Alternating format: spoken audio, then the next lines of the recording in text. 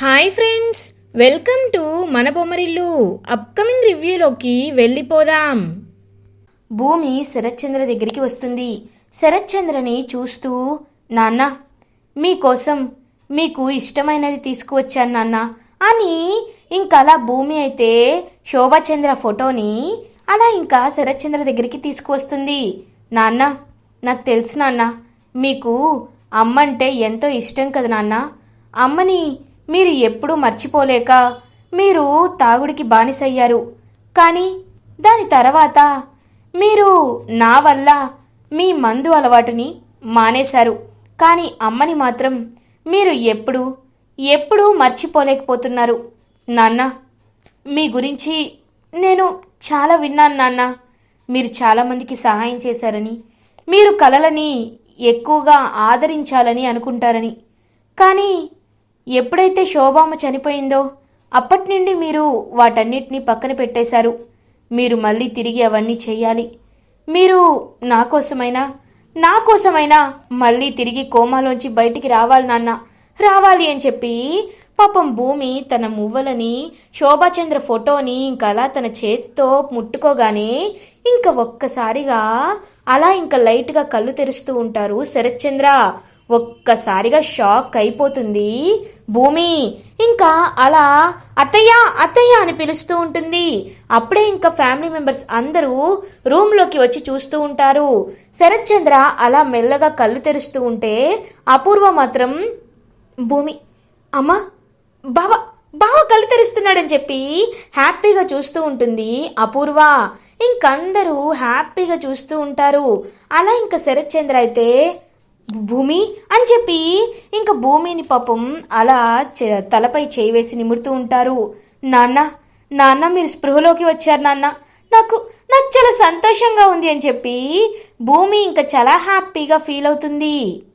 ఇంకా డాక్టర్ని ఇంటికి పిలుస్తారనమాట భూమి. అప్పుడే ఇంకా డాక్టర్ వచ్చి చెక్ చేస్తారు. శరత్చంద్ర గారు ఇప్పుడు మీరు ఎలా ఫీల్ అవుతున్నారు అని అడుగుతారు.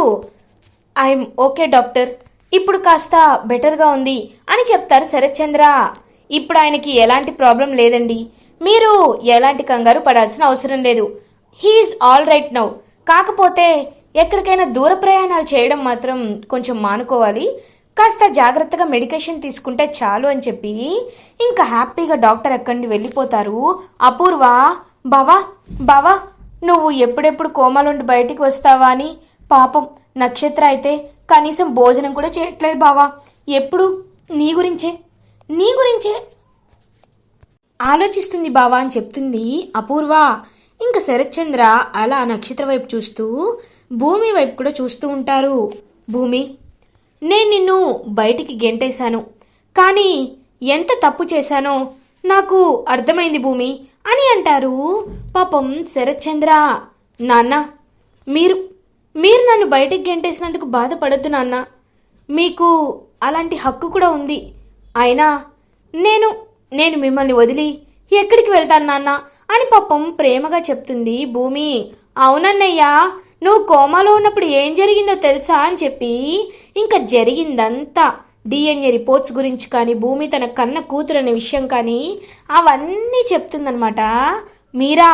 ఒక్కసారిగా భూమి తన కన్న కూతురు అని తెలుసుకొని ఇంకలా షాక్లో ఉండిపోతారనమాట హ్యాపీగా. శరత్చంద్ర అంటే నువ్వు నా శోభాచంద్ర కూతురువా? భూమి ఇది నేను నమ్మలేకపోతున్నాను, నా బంగారు తల్లి నా దగ్గరికి వచ్చేసిందా అని ఇంక పాపం భూమిని దగ్గరికి తీసుకుంటారు శరత్చంద్ర. అదంతా చూస్తూ అపూర్వ నక్షత్ర జెలస్గా ఫీల్ అవుతారు. కానీ అపూర్వ మాత్రం అవును బావా, నీకు మాటల్లో పడి ఈ విషయాన్ని చెప్పడమే మర్చిపోయాను బావా, తను మన శోభాక్క కూతురే నాన్న బావా, తనని ఎలా అయినా మనమే కదా బాగా చూసుకోవాల్సింది, తనని మీ వారసురాలిగా అంగీకరించండి బావా అని అంటుంది అపూర్వ. అంగీకరించడం ఏంటి అపూర్వ, ఇప్పటి నుండి తను నా వారసురాలే, ఈ ఆస్తికి నా ఆశలకి నా ఆశయానికి వారసురాలు భూమినే అని చెప్తారు శరత్చంద్ర. ఇంక భూమి మాత్రం గగన్ గురించే ఆలోచిస్తూ ఉంటుంది. పాపం గగన్ గురించి ఆలోచిస్తూ బాధపడుతూ ఉంటుంది. ఏంటమ్మా భూమి, ఏం ఆలోచిస్తున్నావు అని అడుగుతారు శరత్చంద్ర. ఏమీ లేదు నాన్న అని చెప్పి ఇంక భూమి అక్కడి నుండి వెళ్ళిపోతుంది. ఇంకా అలా డేస్ అయితే పాస్ అవుట్ అవుతూ ఉంటాయి. ఇటువైపు గగన్ పాపం భూమినే తలుచుకుంటూ ఆఫీస్లో వర్క్ కూడా సరిగ్గా చేసుకోలేకపోతూ ఉంటాడు. దేనిపై ఫోకస్ చేసుకోలేకపోతూ ఉంటాడు. ఇటువైపు భూమి కూడా పాపం భోజనం సరిగ్గా చేయకుండా ఎప్పుడూ ఏదో ధ్యాసలోనే ఉంటూ చాలా అంటే చాలా బాధపడుతూ గగన్ గురించే తలుచుకుంటూ ఉంటుంది. శరత్చంద్ర ఇదంతా గమనించి భూమి దగ్గరికి వస్తారు. భూమి అని పిలుస్తారు. ఏం నాన్న అని అడుగుతుంది భూమి. ఏంటమ్మా, నేను కోమాలోండి బయటికి వచ్చినప్పటి నుండి నిన్ను గమనిస్తున్నాను. నువ్వు ఎందుకని చాలా ముభావంగా ఉంటున్నావు? అంటే నువ్వింకా గగన్ని మర్చిపోలేకపోతున్నావా అని అడుగుతారు శరత్చంద్ర. నాన్న అని పాపం భూమి శరత్చంద్ర కాళ్ళపై పడుతుంది. ఏమైందమ్మా అని అడుగుతారు శరత్చంద్ర. నాన్న, మీరు నన్ను కొట్టినా తిట్టినా ఏం చేసినా నేను గగన్ గారిని ప్రాణానికి ప్రాణంగా ప్రేమిస్తున్నాను నాన్న. గగన్ గారే నా మనసంతా ఉన్నారు నాన్న. గగన్ గారిని నేను వదులుకోలేకపోతున్నాను నాన్న. ఎందుకో తెలీదు, ఆయన నాకు అంతలా ప్రేమ చూపించారు.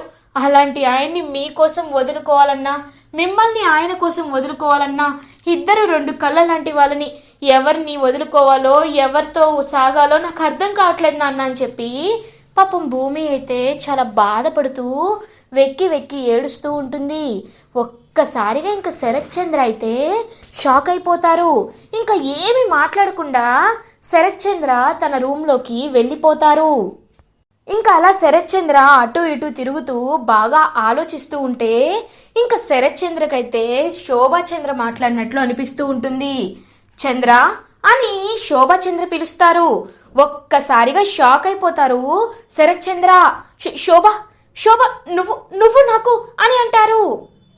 శరత్చంద్ర, నీతో నేను ఒక ముఖ్యమైన విషయం మాట్లాడదామనే ఇలా నీకు కనిపిస్తున్నాను. చూడు చంద్ర, మనది ప్రేమ వివాహమే. ప్రేమించడంలో తప్పేముంది? అయినా ఒకవేళ భూమి గగన్ని ప్రేమించకపోతే, గగన్ మాత్రమే భూమిని ప్రేమిస్తే అప్పుడు నువ్వు వాళ్ళని ఎంత అడ్డుకున్నా ఎలాంటి ప్రాబ్లం ఉండదు. కానీ భూమిని గగన్ని భూమి ప్రాణానికి ప్రాణంగా ప్రేమించుకుంటున్నారు. అలాంటి వాళ్ళని విడతీయడం తప్పు కదా చంద్ర అని అంటారు శోభాచంద్ర. అది కాదు శోభ, నేను ఆ గగన్ గారిని ఒప్పుకోలేకపోతున్నాను అని అంటారు శరత్చంద్ర. ఎందుకు? ఒక్క కారణం చెప్పు అని అంటారు శోభాచంద్ర. ఎందుకంటే వాడు ఆ కృష్ణప్రసాద్ మొదటి భార్య కొడుకు అని అంటారు. అయితే ఏంటి చంద్ర? చూడు చంద్ర, ప్రేమ అనేది గుడ్డిది అని అందరూ అంటూ ఉంటారు. దానికి కులం, మతం, స్టేటస్, హోదా ఎలాంటి సంబంధం ఉండదు. శత్రువైనా మిత్రువైనా ప్రేమ అనేది ఒక్కసారి మొలకెత్తితే దాన్ని విడతీయడం ఎవ్వరి తరం కాదు.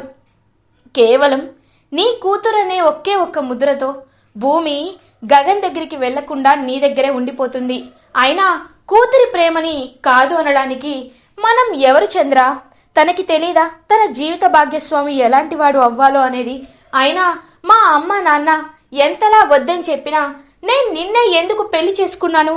ఒక ప్రేమికుడిగా నీ ప్రేమని గెలిపించుకున్నావు, మరి నీ కూతురి ప్రేమని ఎందుకు గెలిపించలేకపోతున్నావు చంద్ర అని అడుగుతారు శోభాచంద్ర. ఒక్కసారిగా పాపం ఆలోచనలో పడతారు. అలా ఇంకా శరత్చంద్ర, ఇప్పటికైనా అర్థం చేసుకో, ప్రేమని గెలిపించు. భూమికి నువ్వు ఎవరినిచ్చి పెళ్లి చేసినా తను సుఖంగా సంతోషంగా ఉండలేదు.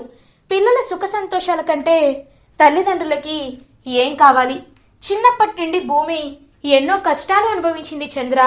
ఇప్పుడు నీ మాటే నెగ్గాలి అనే ఒక మొండితనంతో మిగిలిన 80 ఏళ్ళు కూడా తనని నచ్చని వాడిని పక్కనే ఉండనిచ్చేలా చేసి నచ్చని వాడితో పెళ్లి చేయమని చెప్తావా చంద్ర అని అడుగుతారు శోభాచంద్ర. ఇంకా పాపం చాలా పశ్చాత్తాపడుతూ ఉంటారనమాట.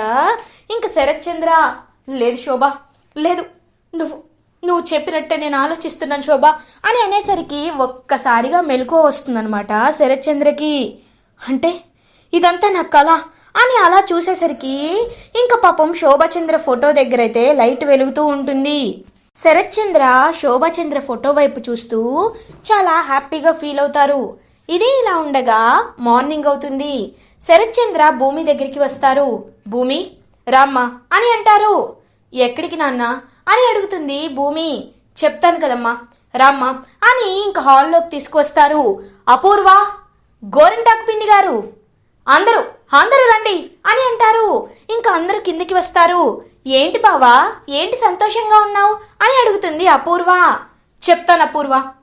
భూమి, నువ్వు ఎక్కడికి వెళ్తున్నావు ఏంటి అని అడగకూడదు, ఒక్క మాట కూడా మాట్లాడకూడదు, సరేనా అపూర్వ? ఇది నీకు కూడా వర్తిస్తుంది. ఇదంతా కేవలం నా నా నిర్ణయం మాత్రమే అని ఇంక చెప్తారనమాట శరత్చంద్ర. ఇంకా ఒక్కసారిగా భూమి అపూర్వ ఇద్దరు షాక్ అయిపోతారు. ఏంటి బావా ఇంత మరీ చెప్తున్నారు అని ఆలోచిస్తూ ఉంటారనమాట అపూర్వ అండ్ భూమి. ఇంకా అపూర్వ భూమి ఇద్దరు అలా ఇంకా శరత్చంద్రతో కలిసి కారులో బయలుదేరుతారు. అప్పుడే కరెక్ట్గా శరత్చంద్ర కార్ ఆపేసరికి అది గగన్ వాళ్ళ ఇల్లు. ఒక్కసారిగా షాక్ అయిపోతారనమాట. ఇంకా శరత్చంద్రని చూస్తూ అపూర్వ అండ్ భూమి, నాన్న ఇక్కడికి తీసుకువచ్చారేంటి నాన్న అని అడుగుతుంది. ఇంకా వెంటనే శరత్చంద్ర దిగమ్మా చెప్తాను అని ఇంకా అలా తన కిందకి దిగమని భూమిని భుజం పట్టుకొని ఇంకా అలా గగన్ వాళ్ళ ఇంటికి తీసుకువెళ్తూ ఉంటారనమాట శరత్చంద్ర. ఒక్కసారిగా షాక్ అయిపోతారు ఇంకా అందరూ. అలా గగన్ బయటికి ఆఫీస్కి వెళ్ళడానికి వస్తుంటే శరత్చంద్ర భూమి ఇద్దరు గుమ్మం దగ్గర కనబడతారు. ఆగండి, ఎందుకు వచ్చారు అని అడుగుతారు. గగన్, శత్రువునైనా ఇంటి వరకు వచ్చిన వాళ్ళని లోపలికి రానివ్వడం మన సాంప్రదాయం. నేను ఈసారి శత్రువుగా రాలేదు, నీ మంచి కోరుకునేవాడిగానే వచ్చాను. లోపలికి రావచ్చా అని అడుగుతారు శరత్చంద్ర. రే గగన్, నువ్వు వాగరా, రండి లోపలికి రండి అని అంటారు శారద. ఇంకలా లోపలికి వస్తారనమాట శరత్చంద్ర, అపూర్వ, భూమి. చూడు గగన్, నీకు నాపై ఎందుకు కోపం ఉందో నాకు తెలీదు, కానీ కొన్ని విషయాల్లో నేను మాట జారాను, నోరు జారాను, మీ కుటుంబాన్ని అవమానించాను, మిమ్మల్ని అనుమానించాను. వీటన్నిటికీ క్షమించు అనే పదం తప్ప నాకు ఇంకే పదం కరెక్ట్గా సెట్ అవుతుంది అని అనుకోవటం లేదు. నా వల్ల నువ్వు బాధలు పడుండొచ్చు, అవమానపడుండొచ్చు. వాటన్నిటినీ మనసులోండి తీసేయమని అడుగుదామని ఇక్కడికి వచ్చాను అని అంటారు శరత్చంద్ర. ఏంటి శరత్చంద్ర గారు, కోమాలోండి బయటికి వచ్చాక మీ పౌరుషం పడిపోయిందా అని అంటాడు గగన్. రేయ్, మా బావ తగ్గి మాట్లాడుతుంటే ఏంట్రా నీకు అని అంటుంది అపూర్వ. అపూర్వ, నువ్వు ఆగు. గగన్, నేను ఎప్పుడూ నీతో ఇంత డైరెక్ట్గా ఇంత కూల్గా మాట్లాడలేదు, కానీ ఇప్పుడు ఇలా మాట్లాడుతున్నానంటే కారణం ఏంటో తెలుసా? భూమి నిన్ను ప్రాణానికి ప్రాణంగా ప్రేమించింది. నువ్వు కూడా భూమిని అలాగే ప్రేమిస్తున్నావని తను నమ్ముతోంది. మీరిద్దరూ ప్రేమించుకుంటే మీ ఇద్దరి ప్రేమకి అడ్డు చెప్పేది ఒకవేళ నేనే అయితే, కారణం నేనే అయితే, నేను తప్పుకోవాలని మనస్ఫూర్తిగా నిర్ణయించుకుంటున్నాను. ఎందుకంటే 20 ఏళ్ళు భూమి నా దగ్గర లేకుండా ఎన్నో కష్టాలు పడింది. తనకి ఉండడానికి ఇల్లున్నా, మహారాణి లాంటి బ్రతుకున్నా, తన కోసం ఈ ఇల్లు ఎన్నో కాలం నుండి ఎదురు చూస్తున్నా. భూమికి అవేమీ తెలీదు. ఎక్కడో చిన్న అరకు లాంటి ఏరియాలో ఎవరి దగ్గరో పెరిగి ఈ ఊరు వెతుక్కుంటూ వచ్చి నానా కష్టాలు పడింది నా కూతురు. 20 ఏళ్ళు తను పడిన కష్టాన్ని నువ్వు ఏ మాయ చేశావో మార్చేశావు. భూమి నీ ప్రేమలో పడింది. భూమి నీతో ఉన్నంతకాలం చాలా సంతోషంగా ఉంది. ఇప్పుడు మళ్ళీ భూమిని నిన్ను దూరం చేసి మళ్ళీ తన బాధకి కారణం అవ్వాలని నేను అనుకోవటం లేదు. ఒకవేళ భూమికి ఇంకొక ఏ పెళ్లి సంబంధం చూసినా భూమి నా కోసం చేసుకుంటుంది, కానీ తన మనసులో మాత్రం నిన్నే ఉంచుకుంటుంది. తనకి నువ్వు అంతలా దగ్గరైపోయావు. అందుకే 20 ఏళ్ళు డైరెక్ట్గానో ఇండైరెక్ట్గానో భూమిని నేను బాధ పెట్టాను. నా కూతురు బ్రతికుందని తెలుసుకోలేక చాలా ఇబ్బంది పెట్టాను. కానీ మిగతా 80 ఏళ్ల జీవితమైనా భూమి సంతోషంగా బ్రతకాలని ఒక తండ్రిగా కోరుకొని భూమి ప్రేమని గెలిపించడానికే ఈ ఇంటికి శరత్చంద్ర వచ్చాడు అని అంటారు శరత్చంద్ర. ఒక్కసారిగా గగన్, శారద, పూరి, భూమి, అపూర్వ అందరూ షాక్ అయిపోతారు. నీకు నాపై కోపం ఉంటే నన్ను ఏం చేస్తావో చెప్పు గగన్. నన్ను సారీ అడగమంటావా? నన్ను ఎన్నిసార్లు క్షమించమని అడగమంటావా? నేను ఎన్నిసార్లైనా అడుగుతాను, సిద్ధమే. నా కూతురి కోసం చెప్పు గగన్. నీకు నాపై కోపం పోవాలంటే, నువ్వు నా కూతురు ఒప్పుకోవాలంటే నేనేం చేయాలి అని అడుగుతారు శరత్చంద్ర. ఏమి వద్దు. మనిషికి పశ్చాత్తాపానికి మించిన ప్రాయశ్చిత్తం ఇంకొకటి ఉండదు అని అంటారు. మీలో నాకు ఆ పశ్చాత్తాపం కనిపిస్తుంది శరత్చంద్ర గారు. భూమి గురించి మీరు చెప్పిన ప్రతి మాట నిజమే. భూమి గురించి మీరు నాతో శత్రుత్వాన్ని పక్కన పెట్టి చేతులు కలిపినప్పుడు భూమి ప్రేమను గెలిపించడానికి నా ఈగోని కూడా నేను ఎందుకు పక్కన పెట్టను? పెడతాను. ఇప్పటికైనా మా కష్టాలు ఏంటి అనేది మీరు అర్థం చేసుకున్నారు, అది నాకు చాలు అని ఇంకా శరత్చంద్ర అయితే గగన్ని హక్ చేసుకుంటారు. ఇంకా ఇద్దరు చాలా హ్యాపీగా కలిసిపోయేసరికి భూమి అదంతా చూస్తూ హ్యాపీగా ఫీల్ అవుతుంది. నా కూతురికి నీకు పెళ్లి ముహూర్తాలు త్వరలోనే పెట్టుకుందాం. అమ్మ శారద, నువ్వు కూడా నా చెల్లెలు లాంటిదానివే. నిన్ను కూడా నేను ఎన్నోసార్లు అవమానించాను. నన్ను క్షమించి చెల్లెమ్మా అని అంటారు శరత్చంద్ర. అయ్యో, మీరు అలాంటి మాటలు అనొద్దండి అని పాపం శారద ఇంకా భూమి గగన్లా పెళ్ళే జరిపించాలి, పెళ్లి ముహూర్తాలు త్వరలోనే పెట్టుకుందాం అని హ్యాపీగా చెప్తుంది శారద. అదంతా విని ఒక్కసారిగా కుప్పకూలిపోతుంది అపూర్వ. ఇలా ఎపిసోడ్ ఎండ్ అవుతుంది.